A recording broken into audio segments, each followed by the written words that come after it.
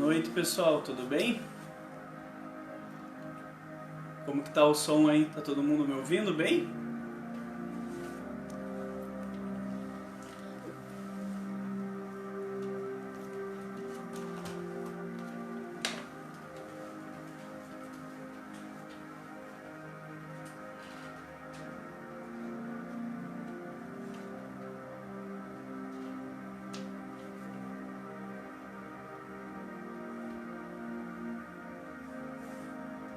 Só um minutinho, pessoal. Só.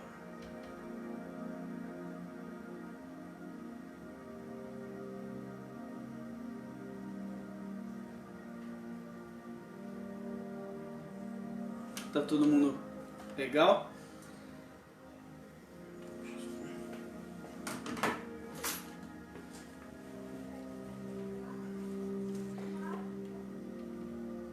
Então estamos mais uma vez reunidos online, né, como igreja. Não se preocupe se você estiver me vendo mais gordo, é o celular que está fazendo isso, não é, é a ilusão dos seus olhos.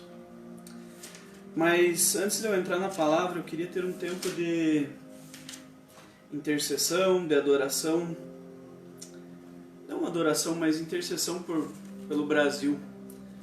Então, para não perder o costume, olhe para a pessoa que está do teu lado e da tua família. Fale, vamos interceder pelo Brasil. Senhor Jesus, obrigado pelo teu amor, pela tua graça, Senhor. Sabemos que estamos vivendo num período delicado da nação, nessa pandemia, Senhor Jesus. Senhor, eu oro pelas pessoas que trabalham na área da saúde, Senhor Jesus. Dê sabedoria, proteção, Pai. Como igreja oramos abençoando essas pessoas, Pai. Os caminhoneiros que estão viajando, Senhor Jesus. As pessoas que estão trabalhando nos supermercados, farmácias, Senhor Jesus. Que o Senhor esteja derramando a sua provisão, a sua sabedoria na vida deles, Senhor Jesus. Que nenhum mal toque eles, Pai. Como igreja nós abençoamos, Senhor Jesus. Senhor, eu oro por cada família que está presente, por cada profissional autônomo, Senhor Jesus. Que o Senhor nos dê graça, Senhor, e ser resposta, Senhor. Que possamos, nesse tempo de dificuldade, Senhor, demonstrar que, mais do que nunca, Senhor, o Teu amor e a Tua bondade, Senhor.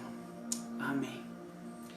Então, hoje de manhã a gente pensou um pouquinho no Salmo 126 e eu falei sobre a questão da colheita, né? E abram aí em Salmos 11, no Salmo 11, e eu queria que a gente extraísse algumas coisas. O Salmo 11, ele foi escrito num período de crise, a qual Davi estava fugindo de Absalão, seu filho, a qual tudo estava ruindo, bagunça, promessa, a qual o seu reinado estava em risco, muita confusão, muita crise, muita má informação, tudo estava acontecendo na vida de Davi. E esse salmo foi escrito nessa jornada dele. Então, e algumas coisas que a gente tem que entender sobre a crise, antes de eu entrar no salmo, é que a crise, ela não molda teu coração, ela revela teu coração. Deuteronômio 8 fala que levei você no deserto para provar o que estava no teu coração. Então essa crise, tudo isso que a gente está vendo, é só você olhar no mercado, ver essas pessoas, todo esse egoísmo, na verdade não é a crise, o medo que molda elas, na verdade o medo e essa crise revelam o que está dentro do coração delas. Mas não só no delas, no nosso. Então toda crise revela, desperta aquilo que está dentro do nosso coração. O que você tem sentido nesses dias? Qual que tem sido o teu sentimento? Medo, angústia, ansiedade, frustração, raiva. Isso é algo que está às vezes oculto, que a gente acaba não percebendo, mas a crise dá essa chacoalhada. Então todo esse noticiário, a ansiedade, coloca em xeque em qual fundamento a gente está construindo a nossa vida. Em qual fundamento nós estamos pensando igreja, em qual fundamento nós estamos olhando. E esse salmo mexe muito no meu coração, porque ele trabalha isso. Ele trabalha dois fundamentos. O fundamento da cidade dos homens e o fundamento da cidade de Deus. O fundamento que é eterno e o fundamento que é areia, que vai acabar. Então, assim como eu já falei hoje de manhã, você deve sondar a tua vida. Entenda por que você está sentindo o que está sentindo. Por que você está angustiado? Por quê? Qual é o motivo? Qual é a razão? O que essa crise está te dizendo? Ou está mostrando para você mesmo um lado que você não conhecia? É até engraçado, né? Às vezes a gente vê a questão dessa insegurança, do egoísmo do ser humano, né? Comprando 90 pacotes de papel higiênico nessa crise, né? Medo subconsciente, o cara não sabe o que está fazendo e só pensa em si mesmo. Então, por quê? Mas isso não estava longe dele. Simplesmente aquela pessoa sempre foi assim. A crise só revelou. Então esses preços absurdos, né? Olhem bem as pessoas que estão fazendo isso. E orem por elas. Não é algo simplesmente está demonstrando aqueles que querem ganhar lucro excessivo. Diz mais sobre o coração deles do que a própria situação da crise. Mas vamos lá para os Salmos? Tá tudo ok aí, gente? Salmo, né? Salmo 11. No Senhor me refugio.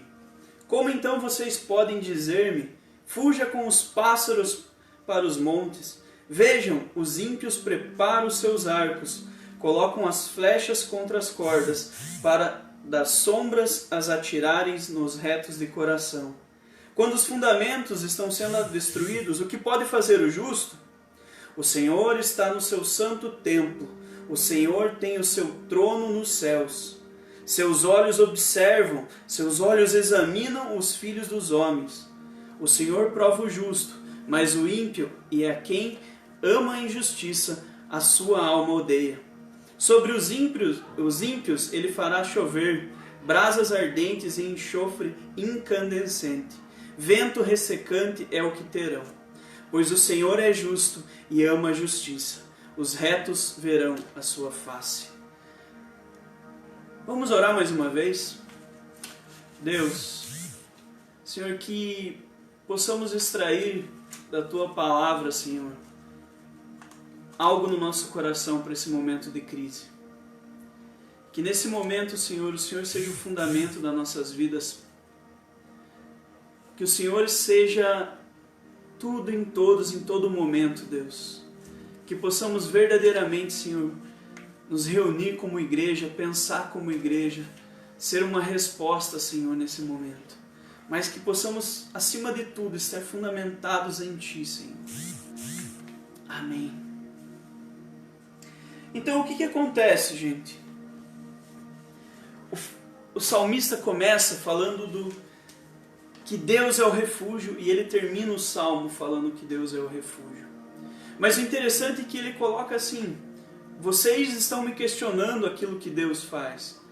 Eu já me refugiei no Senhor. E vocês estão questionando para mim no monte. Alguns intérpretes até entendem que não foi uma ironia, mas um conselho sábio. Quem você tem ouvido nesse tempo? Acho que é muito importante. Há um tempo atrás a gente já pregou na igreja sobre a importância de ouvir as pessoas certas. Será que temos ouvido mais o ímpio, o pânico, do que tentado aprender algo no Senhor? Então, olhe bem que o texto fala que os ímpios são aqueles que fazem as coisas pelas sombras, no versículo 2. E eles tentam nos atacar.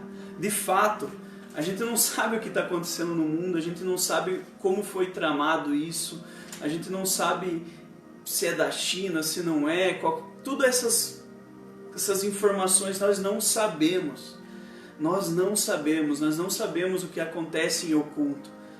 E a gente não pode ser inocente ao ponto de negar que existam pessoas más no mundo. Então, tome cuidado com os golpes, tem muita gente querendo se aproveitar nesse momento de crise. Esteja em alerta, amém? Questione várias pessoas, pergunte.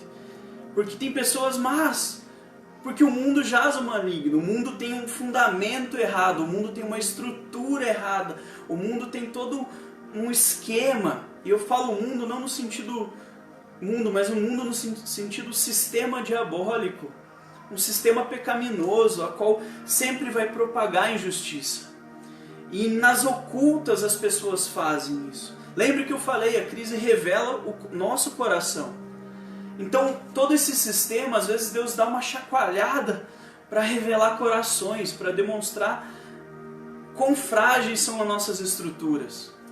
Se a gente não está construindo a vida na areia, a vida em outros lugares. Então, os ímpios atacam.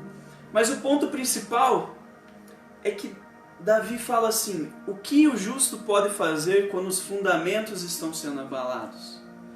Eu queria ler mais um texto com vocês, que está lá em Hebreus 12, do 25 ao 28. Separe aí na tua Bíblia.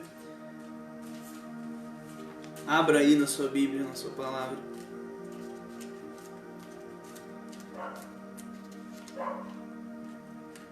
Quando eu penso em fundamentos, gente, eu lembro uma história que eu escutei do Tim Keller, uma ilustração, que havia um lenhador e um passarinho numa floresta. E o passarinho tinha construído um ninho numa árvore que o lenhador ia cortar. O lenhador, todo preocupado, ele não quis destruir aquele passarinho derrubando a árvore. Então ele começa a bater na árvore, chacoalhar ela com a parte de trás do machado, até que o passarinho voa. E aquele passarinho pega e voa para outra árvore.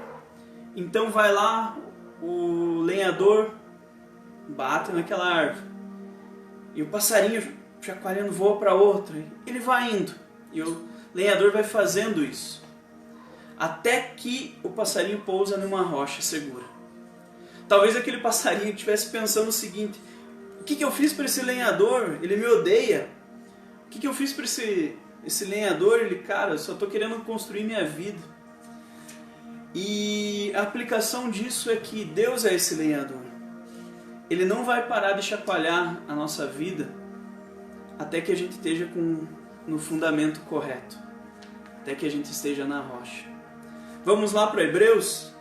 Hebreus 12, do versículo 25 até o 28. Cuidado, não rejeitem aquele que fala. Se os que se recusaram a ouvir aquele que os advertiu na terra não escaparam, quanto mais nós, se nos desviarmos daquele que nos adverte dos céus. Aquele cuja voz outrora abalou a terra, agora promete: ainda uma vez abalarei não apenas a terra, mas também o céu. As palavras ainda uma vez indicam a remoção do que pode ser abalado, isto é, coisas criadas, de forma que permaneça o que não pode ser abalado.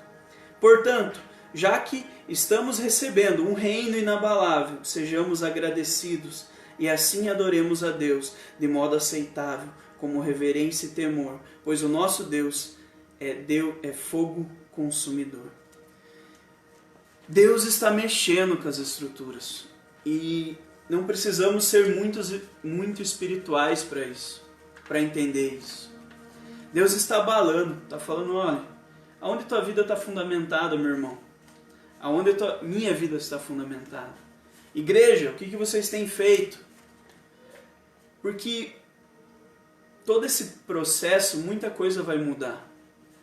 Mas tenha fé, não fique triste. Deus está preservando a tua vida quando Ele abala esses fundamentos. Ele está preservando para o futuro. Amém? Então, a lição de Hebreus, eu vejo que o tempo que a gente está vivendo é que a gente não pode endurecer o nosso coração. Não podemos ter um coração de pedra nesse momento. É momento de clamor, é momento de falar: Deus, eu sou responsável pelo meu pecado. Eu sou responsável pela maneira como eu tenho administrado a minha vida. O Senhor tem depositado tantas coisas na minha vida e eu tenho negligenciado isso. Lembre, fundamentos estão sendo abalados. E o que o justo faz? O justo olha para o fundamento correto. O justo não vive com base nesse fundamento pecaminoso do mundo. Se todo mundo está ganhando, está lucrando desonestamente nessa crise, você não faz parte deles. Se todo mundo está mentindo, você não faz parte deles. Se todo mundo está roubando, você não faz parte. Se todo mundo está com medo da morte, desesperado, você não faz parte desse fundamento. Você é prudente, você entende isso, mas você entende que você vai ser cheio de esperança no Senhor. Porque a esperança do Senhor vai além dessa vida, vai além desses fundamentos que estão sendo abalados. Então, pense nisso. Essa é a nossa postura, de ouvir a voz do Senhor, de tentar entender que o nosso fundamento não é um fundamento qualquer. Não é um fundamento que vai ser abalado. Volte lá um pouco para o texto de Salmo. Leia o que o salmista fala na crise. Na crise dele, o que Davi fala? Ele fala assim, quando os fundamentos estão sendo destruídos, o que pode fazer o justo? Logo em seguida, no versículo 4 e 5, ele fala, o Senhor está no seu santo templo, o Senhor tem o seu trono nos céus, seus olhos observam, seus olhos examinam os filhos dos homens. Pense nisso, fale aí para tua família enquanto eu tomo água, não há crise no céu.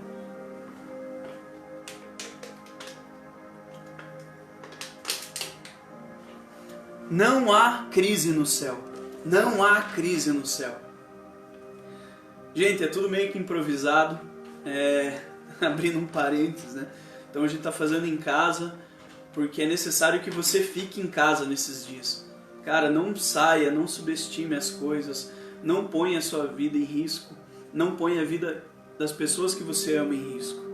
Então nós estamos fazendo em casa justamente para mostrar, olha, não saiam, fiquem em casa. É tempo de você estruturar a tua vida devocional, estruturar a tua família.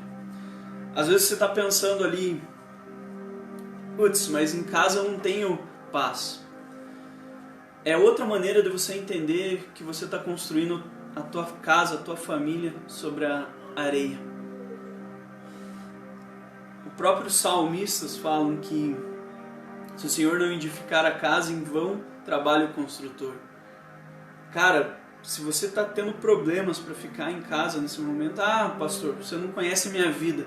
Realmente eu não conheço a tua vida, a totalidade. Mas eu estou desafiando você a construir sobre um outro fundamento, a transformar a tua casa num lugar de paz. Mas voltando para o texto, no céu não tá em crise.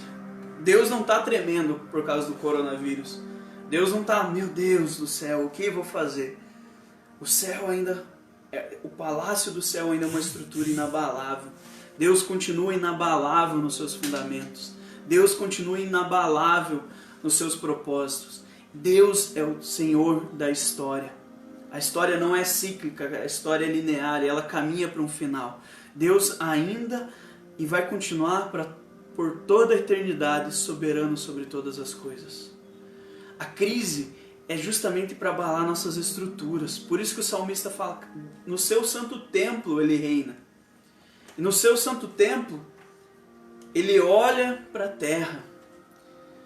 A gente precisa entender que nós não somos os juízes, Deus é. Por isso que o salmista olha toda aquela situação, pessoas injustas, toda a injustiça que está acontecendo na vida dele, e ele fala assim, o Senhor do seu trono, desse lugar onde não há crise, não há parcialidade, não há mentira, o Senhor observa, o Senhor examina os olhos, examina no sentido de julgar. E olha o que é interessante, gente. Leia comigo o versículo 5. O Senhor prova o justo, mas o ímpio, a quem ama a injustiça, a sua alma odeia.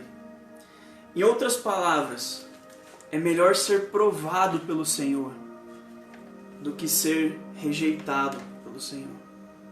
É melhor ser provado pelo Senhor do que estar em oposição ao Senhor.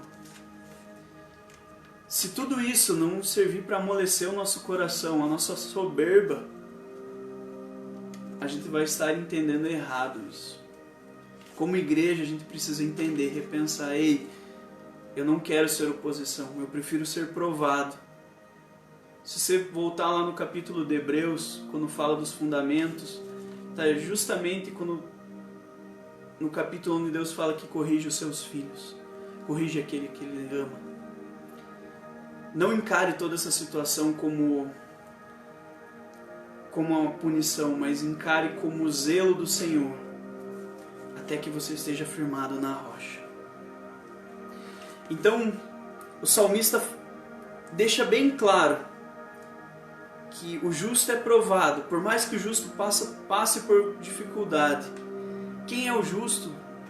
Aquele que tem o coração em Cristo, que já foi justificado, aquele que anda reto. Justiça tem a ver com retidão. A palavra tem a ver com estar tudo no conforme. Significa nunca errar? Jamais. Significa estar sempre tentando consertar o erro, dependendo da graça.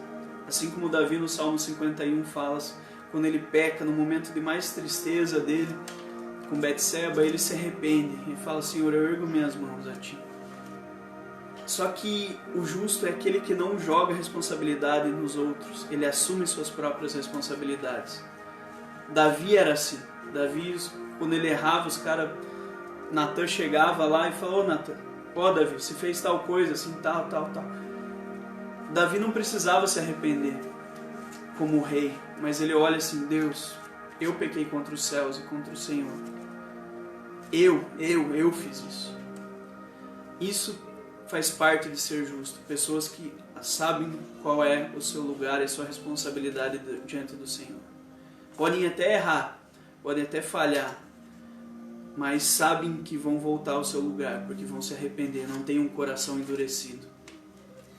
E no versículo 6, ele fala que sobre os ímpios ele fará chover brasas ardentes e enxofre. Fala sobre o juízo.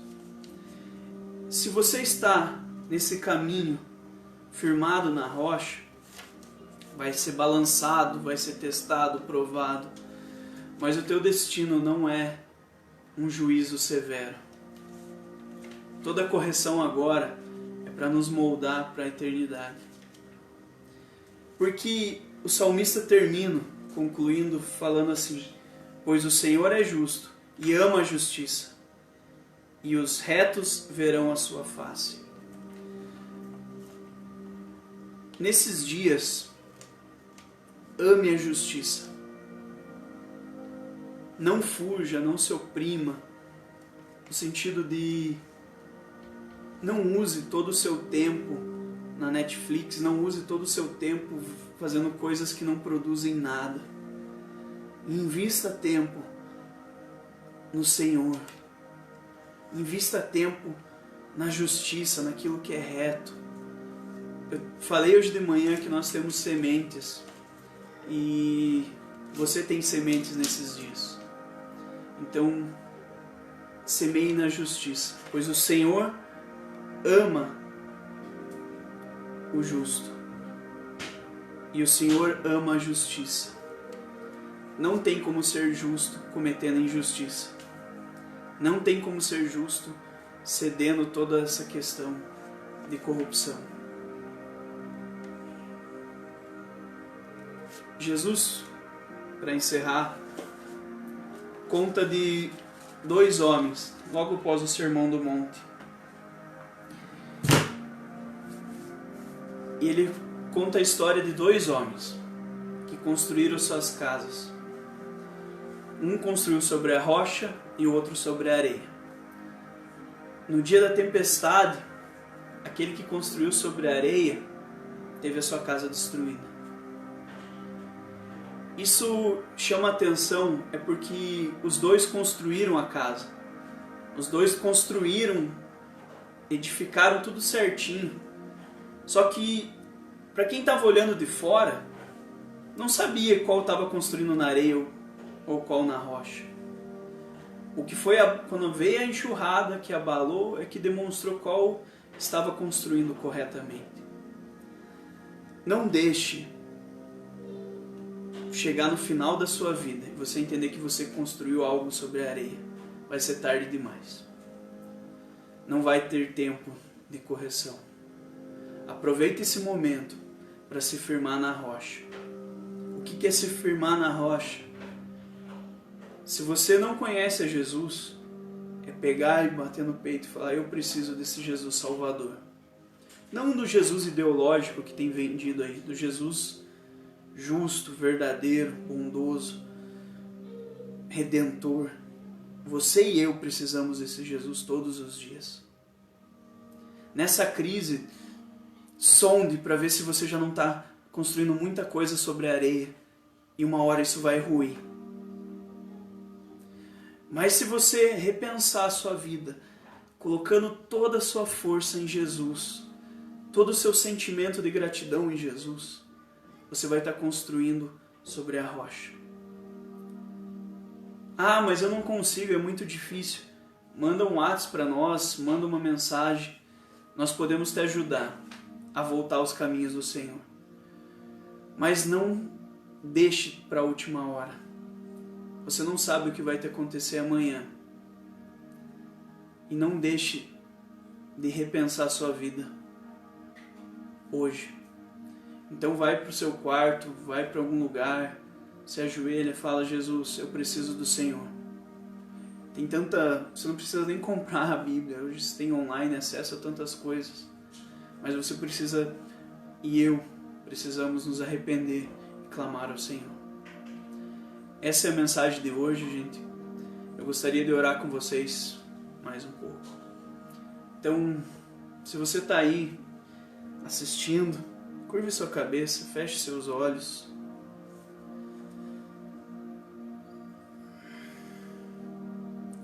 Deus, é um momento onde entregamos o nosso culto ao Senhor, a palavra, Senhor. Que todas as famílias que estão nos assistindo, Senhor, que a nossa comunidade dê continuidade a isso que está sendo gerado, Senhor. O Senhor tem feito grandes coisas no nosso meio, Senhor. O Senhor tem mostrado que somos pequenos, mas temos valor, porque muita coisa do que tem acontecido, o Senhor tem deixado permanecer, Senhor. Porque o Senhor está nisso. Senhor, nos arrependemos, Pai, dos nossos pecados, da nossa avareza, da nossa ganância. Nos arrependemos, Senhor, da falta de amor no nosso coração, da nossa imprudência. Faz com que o Espírito Santo sonde os nossos corações. Salva-nos de nós mesmos, Senhor. Ajuda-nos a caminhar no Senhor. Amém. Pessoal, antes de eu encerrar essa live, falando mais uma vez, não deixe de contribuir com as finanças da igreja. Tenho falado e vou repetir, vocês vão estar contribuindo em terra fértil. Então, temos tantos os projetos, temos o celeiro, onde que é para arrecadação de alimentos, temos atendendo a Casa de Obed-Edom, que são as comunidades do Parque da Autoestrada, Transformando Gerações, que atende as crianças de uma maneira, 120 crianças, temos o Agar, que atende as mulheres dos presos, temos tantas outras coisas que a gente quer fazer para honrar o nome de Jesus, a sopa solidária. Então, temos tentado ser fiéis naquilo que o Senhor tem gerado no nosso coração e depositado nas nossas vidas. Ah, mas se você duvida, tem a Arlene, que é a nossa tesoureira. Se você é membro do MDG, qualquer um tem acesso a ela. Ela pode explicar melhor as planilhas. Nós somos transparentes porque não devemos nada para ninguém. Não somos corruptos. Mas a gente conta com a fidelidade de cada membro, de cada pessoa. Se você está assistindo e você não é membro do MDG, mas Deus tocou no teu coração em contribuir conosco, a gente vai estar postando a conta no Sicredi, nas redes sociais, contamos com a fidelidade e o amor de todos. Amém? Que Deus abençoe você, Deus abençoe essa semana. Não saia de casa, mantenha a higiene. Não é festa, não é bagunça, é isolamento mesmo. Não tem que ficar passeando por aí. Levem a sério, pessoal. Porque não queremos que a igreja carregue a culpa de transmitir ou de contribuir para o mal na sociedade. A igreja tem que ser luz. E nesse momento ser luz é confiar no Senhor, na providência do Senhor. Durante a semana a gente vai fazer alguns hangouts, principalmente do satélite. A gente vai fazer um estudo sobre o fim dos tempos, mas em hangout. Então logo logo a gente posta mais informações. Que Deus abençoe a todos. Amém.